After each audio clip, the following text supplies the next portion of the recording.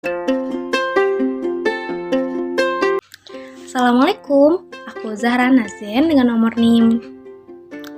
Dan juga teman aku. Halo, namaku Tasya Rania dengan NIM. Di sini kita bakalan memaparkan hasil wawancara kami dengan sepasang suami istri yang telah menikah lebih dari 20 tahun. Di mana wawancara ini dibuat untuk menyelesaikan tugas akhir semester 3 mata kuliah komunikasi antar pribadi. Let's check this out. Perkenalkan, nama saya Fitri Zain. Sekarang ini kesibukannya saya seorang bidan, ibu rumah tangga. Usia sekarang saya sekitar 45 tahun. Menikah sudah lebih dari 20 tahun. Kurang lebih 25 tahun. Muhammad Jainuri ST, pekerjaan wirausaha. Udah nikah kurang lebih umur 20 tahun.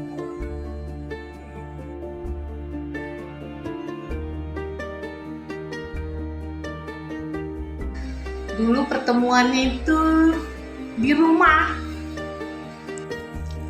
Pertemuan pertama itu di Jakarta. Saat itu saya kuliah, terus istri masih sekolah. Nah, disitulah ketemu karena bersebelahan dengan istri saya, kosan saya, tempat tinggal saya.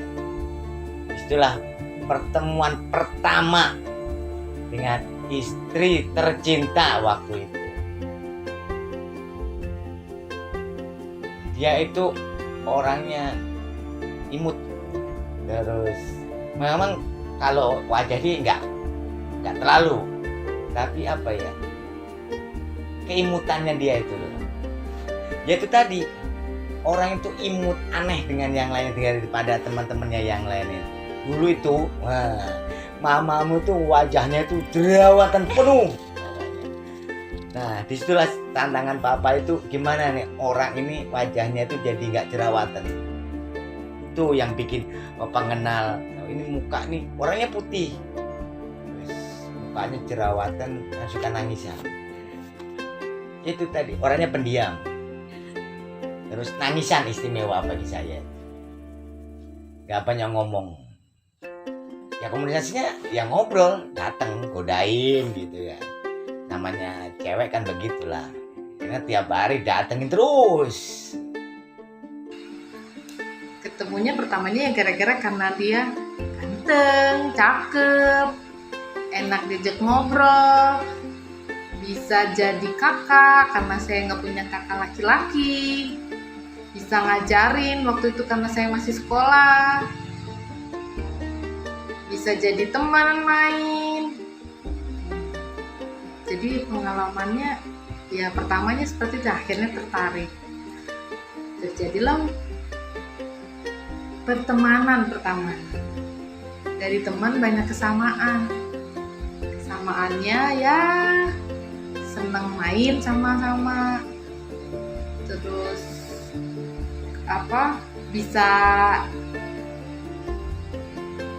bisa jadi teman curhat, bisa jadi pokoknya tempat ngadu lah. Terus punya teman yang bisa diajak untuk nemenin kemana-mana, nggak sendirian. Terus ada yang nuntun, ada yang ngebimbing. Yang akhirnya bisa jadi lebih dekat. Ya udah deketnya ya dekat, lebih dekat kayak orang, kayak temen yang ternyata lebih enak diajak main, udah jadinya lebih deket aja, asik gitu. Nah udah, kalau udah asik susah, udah kemana-mananya asik gitu, nyambung. Jadi kalau diajak ngomong nyambung, terus kesini maju dan hampir sama, semuanya hobinya sama.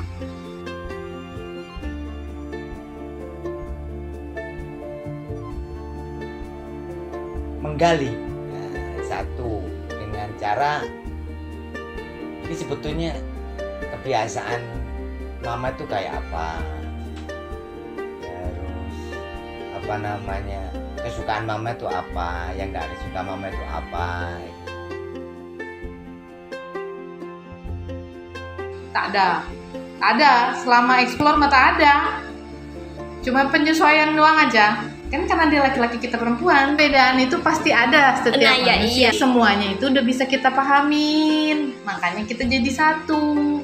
Perbedaan itu ada, tapi susah untuk menjelaskan perbedaannya. Nggak ada yang bisa jelaskan. Dia suka ini, aku B, dia C, nggak bisa. Tapi memang ada, pasti ada perbedaannya. Oh, banyak. Cara nanganinnya? Satu, yang dewasa harus ngalah. Kalau eksklusif sih enggak gitu kan. Kita biasa-biasa, kita tidak mengklusifkan diri hubungan itu bahwa ini harus istimewa, itu enggak, ya biasa aja. Yang istimewa itu adalah cinta kita, bukan hubungannya. Rencananya ke jenjang pernikahan. Nah, langkah instan yang dia ambil adalah untuk ke jenjang yang selanjutnya setelah lulus masing-masing. Nah, itu emang udah ada rencana ke sana. Gitu. Dari kedua belah pihak pun juga udah sama, dari kedua pihak keluarga. Papa waktu itu rencananya cuma satu, ke jenjang pernikahan. Dengan keadaan seperti ini dan terima apa adanya, bukan kita mengada-ngada yang tidak ada. Ya, kita berjuang sama-sama.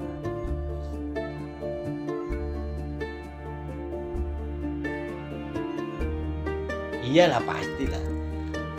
Fase pertama itu pengenalan, terus kedua itu pasti ada. Kalau nggak ada perubahan, ngapain kita lanjutin? Entah perubahan itu jelek atau baik, perubahan itu mau apa enggak, itu pasti ada. Disitulah kita akan menentukan sikap. Iya, karena apa? Karena itu kan udah arah menuju ke komitmen, bukan menuju cuma arah yang sekedar ketemu, jalan, makan, seneng-seneng, enggak, tapi arah untuk menuju apa ya, suatu komitmen yang harus kita jalani bersama. Karena sekali melangkah kita nggak bisa mundur.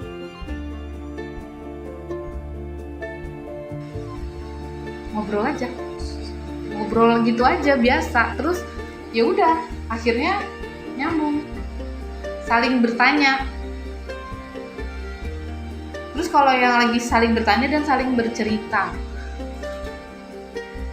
akhirnya tahu. Ya saling jujur.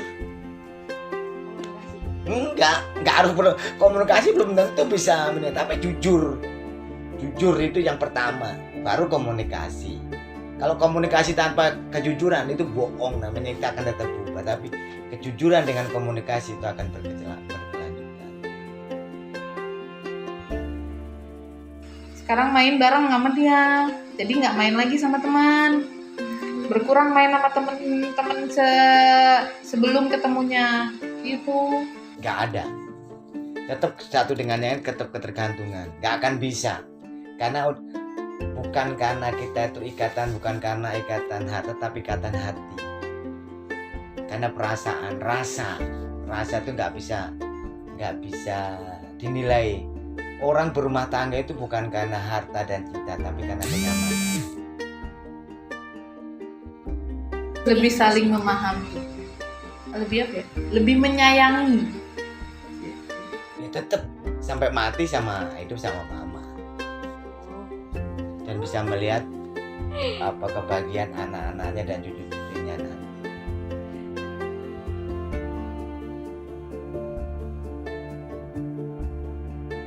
Udah pasti itu. Kalau namanya konsolidasi tanpa ada dukungan yang untuk mengarah ke sono, ya nggak mungkin. Pasti udah tahu. Kalau kita nggak tahu arah yang mendukung itu, pasti kita akan mundur. Pasti ada.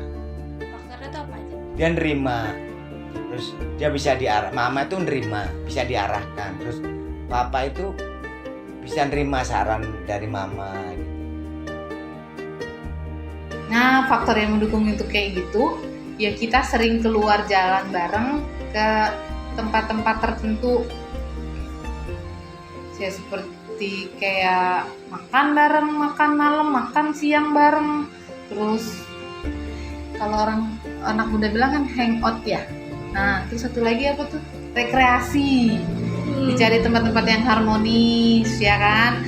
yang bisa membangun keharmonisannya gitu. Jadi tempat-tempat yang romantis lah gitu, sekali-sekali waktu, yaitu untuk mendukungnya kayak gitu. Tidak direncanakan, tapi memang ada waktu-waktu tertentu yang memang udah sibuk dengan kesibukan masing-masing, kita cari jalan keluar.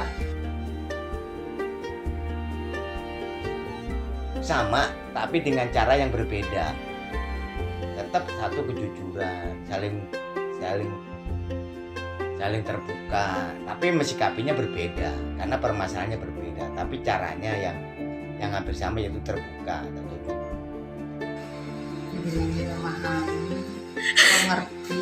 Kalau udah kayak gitu, kalau lagi ada konflik, dipahami dulu masalahnya apa, saling mengerti. Akhirnya kita ngobrol bareng, didiskusikan. Kalau keintiman itu ya karena kita setiap hari ketemu, akhirnya kita jadi tahu, jadi intim. Pengertian intim itu jadi dekat gitu loh. Kenapa? Karena kita tuh sadar betul bahwa saya dekat dengan dia itu karena pertama itu rasa itu banyak sekali, rasa suka, cinta atau sayang. Ini terjadilah keintiman itu terjadi. Tanpa rasa itu nggak akan terjadi, pasti akan mundur dengan teratur.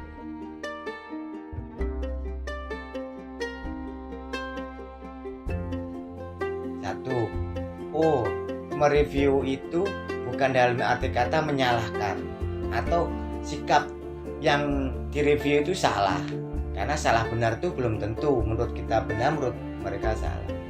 Kenapa? Kita cuma mengingatkan, seperti ini tuh berlebihan, seperti itu tidak bagus. Bukan salah belum tentu tidak bagus belum tentu salah.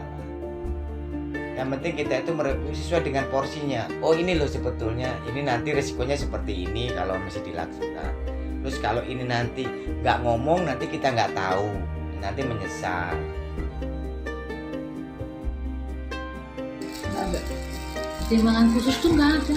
Orang udah dibilangin dari orang tua, kan pertimbangan khusus dari orang tua, kita merasa cocok terus didiskusikan sama orang tuanya juga cocok, ya udah timbangannya dari situ. Orang tuanya setuju kita menjalani hubungan ini, ya udah. Kayak gitu nggak bisa dideskripsikan, karena itu tujuannya akhirnya hati yang bicara. Kalau hati yang bicara mah susah. Orang yakin, gimana bisa yakin? Yakin sekarang, tapi selanjutnya ke depannya bisa yakin nih, belum tahu. Karena kan ada hubungan yang jadi cerai, ada hubungan yang pacaran jadi putus walaupun sudah lama, kan gitu. Jadi keyakinan itu nggak bisa dideskripsikan. Yakin apa? Kalau dibilang terlalu ini banget, bilangnya yakin karena Allah. Susah dah. Iya, karena gini, apa yang ada di mama tidak ada di papa, apa yang ada di papa tidak ada di mama. Nah disitulah papa yakin ternyata papa membutuhkan mama, karena yang ada di mama ada di papa. Makanya mama pun membutuhkan papa. Kenapa? Karena ada yang di papa nggak ada di mama. Itulah saling ketergantungan. Itulah semakin yakin bahwa hubungan ini bisa dilanjutkan.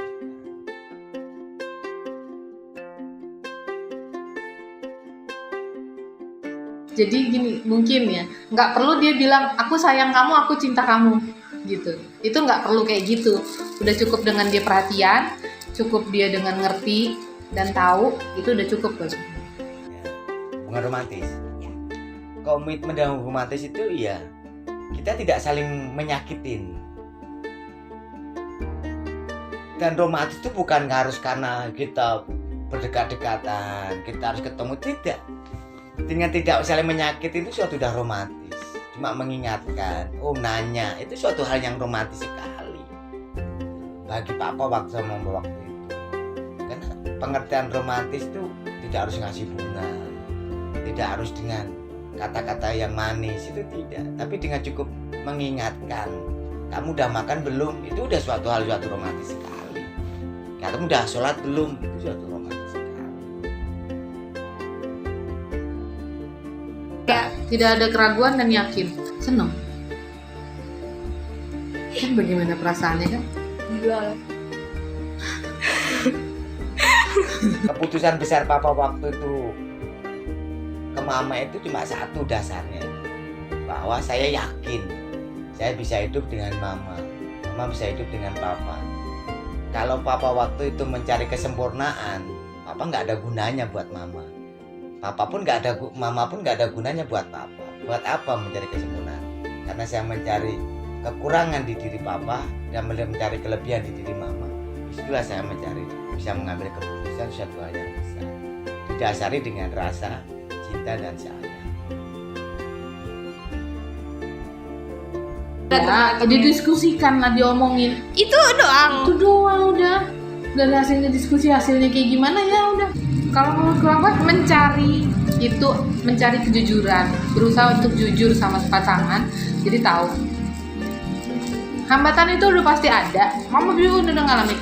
Tapi itu semuanya jadi didiskusikan, hanya diskusi, udah ngobrol. Apakah ini benar? Tinggal ada salah satu yang mengalah aja kalau emang mau. Saya sadar betul bahwa apapun yang terjadi itu di istri itu nggak ada kata salah. Kenapa? Kalau dia tahu salah pasti nggak akan dijalani. Karena dia belum tahu salah itulah makanya dia dijalani. Dia tahu salah setelah dia dikasih tahu. Nah, untuk menghadapi itu dasar cuma satu. Apapun yang terjadi dengan rasa cinta dan sayang itu tidak ada kata yang lelah, kata untuk salah, tapi cuma ada kata tidak benar. Bukan bodoh tapi tidak pintar. Seperti itu. Enggak terlalu penting. Ya, kenapa? Karena kita punya kesibukan masing-masing. Yang satu sekolah, yang satu kuliah. Terus yang satu kerja. Selanjutnya udah nikah kan kerja jadi kita nggak perlu waktu, yang penting memang komitmen dalam hati ditanamkan aja. Kita pacaran sudah 10 tahun, jadi ya lama, sambil jalan aja nungguin sekolah selesai, sudah pas selesai semua baru. Waktu itu penting sekali. Kenapa? Tanpa ada waktu kita nggak ada ruang. Karena dengan waktu itu kita ada ruang. Nah, waktu itu nggak bisa mundur. Waktu pun nggak bisa dipaksain untuk maju. Waktu itu berdasarkan berjalan seperti apa adanya. Nah, dengan waktu itu kita semuanya bisa terselesaikan. Makanya wal ngasri, demi waktu itulah kalau orang tanpa tepat waktu itu rugi sekali. Karena waktu tidak bisa mundur, waktu tidak bisa dimajukan. Waktu berjalan seperti apa adanya.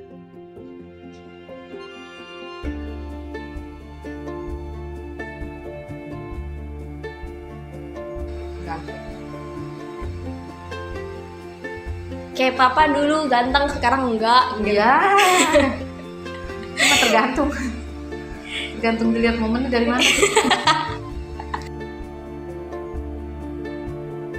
Buktinya selama ini kita masih sama-sama aja. Itu yang bikin yakin. Kalau emang kita udah nggak ada ini kan udah pisah. Tergantung sekarang ini bukan sama papa itu bukan apa-apa, ya mama itu sebagai teman papa, adik papa, ganti orang tua papa. Begitu juga mama ke papa, sebagai teman, sebagai sahabat, sebagai kakak. Nah, di saat suami itu tuh dia di saat berhubungan aja. Di luar itu ya kita berprinsip satu dengan yang lain itu saling melengkapi, menutupi kekurangan dan kelebihannya masing-masing. Amin. Penting sekali. Ya, karena kan memang harus didiskusikan, harus dikomunikasikan. Jadi harus ada omongannya. Kita mau apa sama pasangan biar lebih enak ke depan.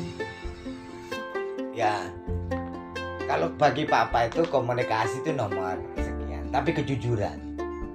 Gitu. Kalau kita jujur dengan komunikasi itu, insya Allah semuanya akan terselesaikan. Tapi kalau kita bohong dengan komunikasi itu, akhirnya komunikasi cuma sebagai menutupin aja bahwa aduh aku nggak gini, aku begini. Tapi kalau kejujuran itu, pertama kejujuran. Dengan kejujuran itu kita berkomunikasinya enak. Bukan komunikasi kita baru jujur, enggak. Kejujuran pertama. Ditanyain ke orangnya. Gimana tuh Syarif? Ya nanya aja, gimana? Puas? Seneng nggak? kalau misalnya begini gitu, terpenuhi keinginan, nah itu bahagia.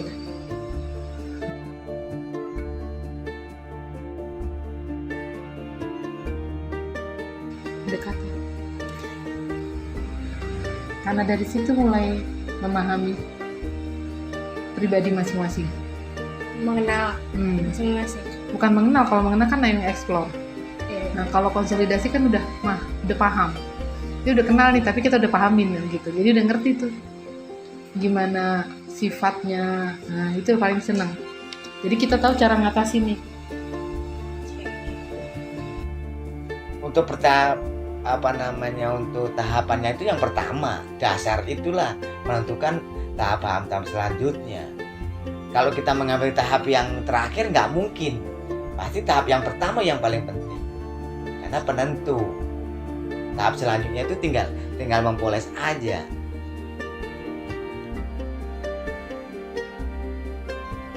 Nggak ada sih, soalnya mama semua nggak punya bayangan setelah nikah tuh nanti saya harus gini-gini, enggak.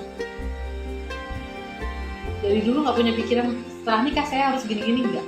Jadi setelah nikah ya nikah, cuman bedanya gini, setelah nikah itu berdua, iya kan? Sekarang enggak, waktu sebelum nikah sendiri, kayak gitu doang. Nggak ada pertanyaan maksudnya untuk nanti setelah nikah prasangkanya nanti wah aku nggak enak nih gini, ternyata enak gitu, nggak ada. Karena nggak pernah berpikir seperti itu.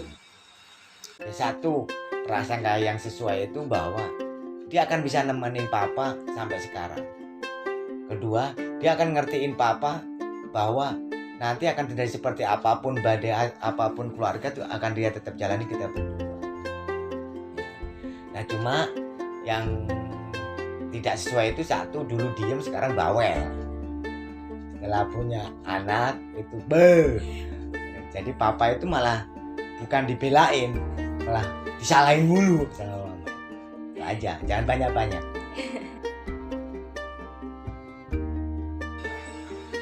Harus berkomunikasi sama pasangan, ya. Terus dilakukan hal-hal yang bisa khusus buat dia gitu waktunya, jadi nggak bisa diganggu gitu. Nah ada waktu-waktu tertentu seperti itu, gitu. Membangun waktunya yang berduaan atau sama ya family time gitulah, komunikasi sama waktu disediakan untuk keluarga. Jangan malas untuk nanya, terus jangan malas untuk berkomunikasi sama pasangan, selalu tanya kalau emang nggak tahu, karena pasangan itu bukan dewa, jadi dia nggak akan tahu. Nah, dalam hubungan romantis itu jangan kita bersifat kaku, jangan kita itu bersifat sesuatu hal yang harus begini tuh mati, enggak. Tapi romantis itu adalah sesuatu hal yang kita butuhkan, lawan pasangnya itu tahu. Paham nggak? Pengertiannya gini, oh aku butuh untuk minum, ternyata pasangan saya tuh tahu mengambilkan minuman itu tanpa itu romantis sekali menurut Papa. Bukan romantis itu harus kita kasih coklat, bukan romantis itu harus kita jalan-jalan, kita bergandengan tangan, tidak seperti itu. Itu kan cuma kelihatannya romantis, padahal nggak romantis. Tapi sesuatu hanya romantis itu di saat kita butuh apa, lawan jenis kita itu tahu dan paham apa kemauan. Itu sesuatu hal yang sesuai. Oke udah, terima kasih semuanya. Alhamdulillah wawancara ini sudah selesai, semoga dapat bermanfaat apa yang diwawancarakan tadi untuk pegangan hidup ke depannya. Memang setiap rumah tangga tidak sama, tapi permasalahan itu insya Allah sama. Itu aja dari Papa, terima kasih. Assalamualaikum warahmatullahi wabarakatuh. Nah, jadi itu dia hasil wawancara kelompok kami dengan pasangan menikah yang lebih dari 20 tahun. Semoga bermanfaat. Sekian video wawancara dari kami. Wassalamualaikum warahmatullahi wabarakatuh.